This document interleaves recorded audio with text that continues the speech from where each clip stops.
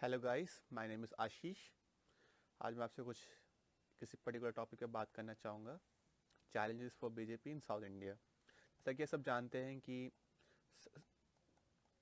BJP का जो presence है तमिलनाडु और केरल में वो नेग्लिजिबल है, मतलब नवा के बराबर। यहाँ पे बीजेपी के पास एक सीट है केरल में और 3 सीटें तमिलनाडु में। जिसके हिसाब से बीजेपी को जो सपोर्ट है साउथ इंडिया में वो सबसे बड़ा वहाँ से ही तमिलनाडु और केरल से ही आता है। केरल से 9 MPs आते हैं और तमिलनाडु से 42। अब सबसे बड़ी दिक्कत क्या है बीजेपी के लिए? केरल और तमिलनाडु में सबसे ज़्यादा प्रेजेंस रीजनल पार्टीज़ की CPIM केरल में और DMK और AIDMK तमिलनाडु में। अब आप लोग कुछ आप में से कुछ लोग कहेंगे कि AIDMK बीजेपी की सपोर्टर है, उससे हम एलाई कहेंगे। अब वो इन द फ्यूचर टाइम वो उसके जो प्रेजेंस है तमिलनाडु में वो कम हो रही है। जो DMK के जो प्रेसिडेंट है मिस्टर स्टालिन, उनकी जो प्रेजेंस है वो सबसे ज़्यादा है तमिलनाडु में। और अगले जो नेक्स्ट इलेक्शंस होंगे 2021 के, उस पर भी उम्मीद यही है कि DMK ही इलेक्शन जीतेगी।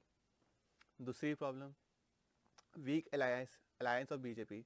ये बीजेपी की शायद सबसे बड़ी प्रॉब्लम है केरल और तमिलनाडु में। दिक्कत ये है कि जैसे केरल में क्या है, केरल में 2 अलायंसेस हैं, एक CPIM का और एक कांग्रेस का। CPIM के अलायंसेस में 13 पार्टीज़ हैं और कांग्रेस के अलायंस में 11 पार्टीज़ हैं। तो ये 13 और 11 पार्टीज एक स्टेट में चुनाव लड़ती हैं। वहीं बीजेपी के पास ना दो से ज़्यादा पार्टी नहीं है, और जो 2 पार्टीज हैं भी उनकी प्रेजेंस नेग्लिजिबल है। तो बीजेपी को ये देखना है केरल में कि जो उसके अलायंस है वो स्ट्रांग हो। जैसे बीजेपी अपने अलायंस के लिए ज़्यादा मशहूर तो नहीं है, जैसे JDU है या श्री अकाली दल है। वैसे ही बीजेपी को एक अलायंस चाहिए केरल और तमिलनाडु में in order to succeed. No ground presence in Kerala and Tamil Nadu. जो पब्लिक में जो प्रेजेंस होनी चाहिए, जो बड़े बात होनी चाहिए कि हाँ बीजेपी भी कि यहाँ पे कंटेंडर है, कि हाँ बीजेपी भी फाइट करिए, वो चीज़ नहीं है केरल तमिलनाडु में। अगर आप केरल में तमिलनाडु में जाएंगे, वहाँ बोलेंगे हाँ बीजेपी जीतेगी, तो लोग आप पे हंस पड़ेंगे। सबसे बड़ी दिक्कत बीजेपी की है, यहाँ कोई पब्लिक प्रेजेंस नहीं है, कोई बात नहीं करता।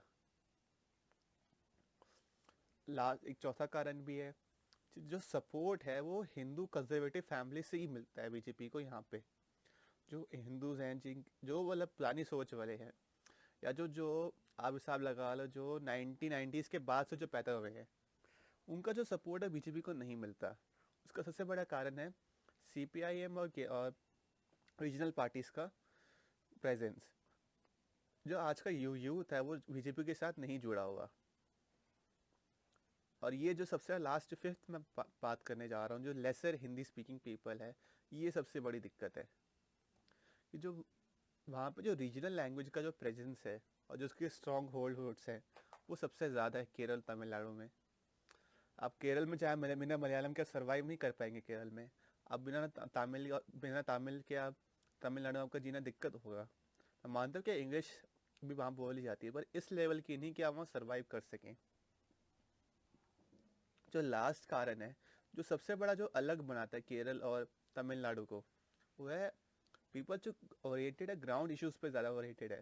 जैसे तमिलनाडु का कावेरी इशू है, जो आज तक कभी सॉल्व नहीं हो पाया। लोगों को लगता है जो बीजेपी कर्नाटका की गवर्नमेंट है वो इसके रिस्पॉन्सिबल है, जबकि वो नहीं है। अब ये बात करना चाहूँगी बीजेपी ऐसे कर क्या सकती है।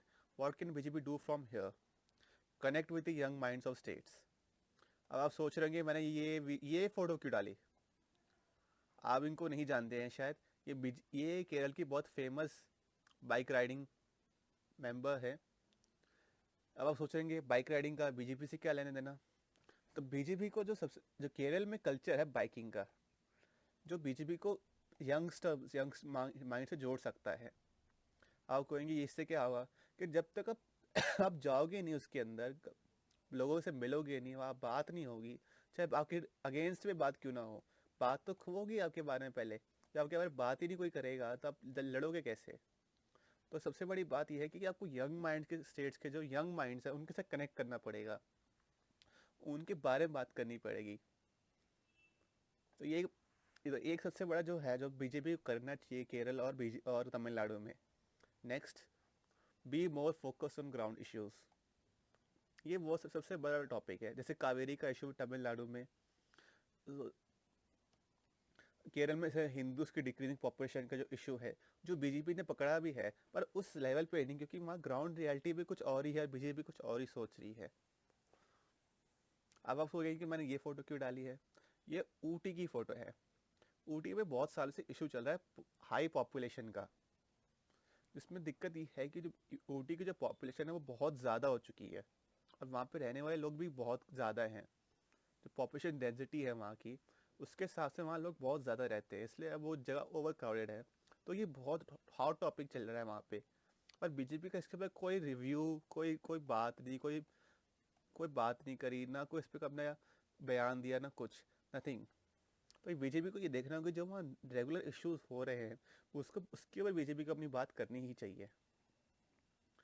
Try to replicate Goa model of BJP, ये बीजेपी कर सकती है। ये मॉडल स्पेसिफिकली वो केरल के लिए है। ये जो मॉडल है सिर्फ केरल के लिए, केरल के लिए ही कर सकती है बीजेपी। जैसे गोवा में बीजेपी ने यूनिफॉर्म सिविल कोड अप्लाई कर रखा है, जिसमें वहाँ कोई रिलीजन का प्रेजेंस नहीं है। अब आप कहेंगे कि गोवा मॉडल का केरल से क्या लेना देना, लेना देना है। बीजेपी गोवा में हिंदूज, क्रिश्चियंस और आधे जो माइनॉरिटी एक्सेप्ट इस्लाम मुस्लिम्स से, उन सबका वोट मिलता है बीजेपी को, क्योंकि वहाँ से टोटल सपोर्ट है। बीजेपी चाहे तो केरल केरल में भी वही मॉडल एप्लीकेबल कर सकती है, जिसमें वो इसमें वो कैथलिक, क्रिश्चियंस, प्रोटेस्टेंट्स, जितने भी क्रिश्चियंस की माइनॉरिटीज है जो क्रिश्चियंस के अंदर रहते हैं, उनसे हेल्प मांग सकती है। और जो हिंदूज के जो नए लिबरल माइंड्स है, जो यंगस्टर्स है, उनके साथ कनेक्ट कर सकती है। यही पॉसिबल है। इसी तरीके से बीजेपी अपना आगे प्रेजेंस केरल और तमिलनाडु में बढ़ा सकती है। आशा करता हूँ आपको वीडियो अच्छी लगी होगी। मिलते हैं आपसे एक नेक्स्ट वीडियो में। आप मुझे इंस्टाग्राम पे भी फॉलो कर सकते हैं। मैं अपनी इंस्टाग्राम आईडी इसमें डाल दूँगा। और आप मुझे स्नैपचैट भी फॉलो कर सकते हैं, और टेलीग्राम पे भी मेरा नया चैनल स्टार्ट हुआ है, उस पर आप मुझे फॉलो कर सकते हैं। Thanks for watching. Signing off, Ashish.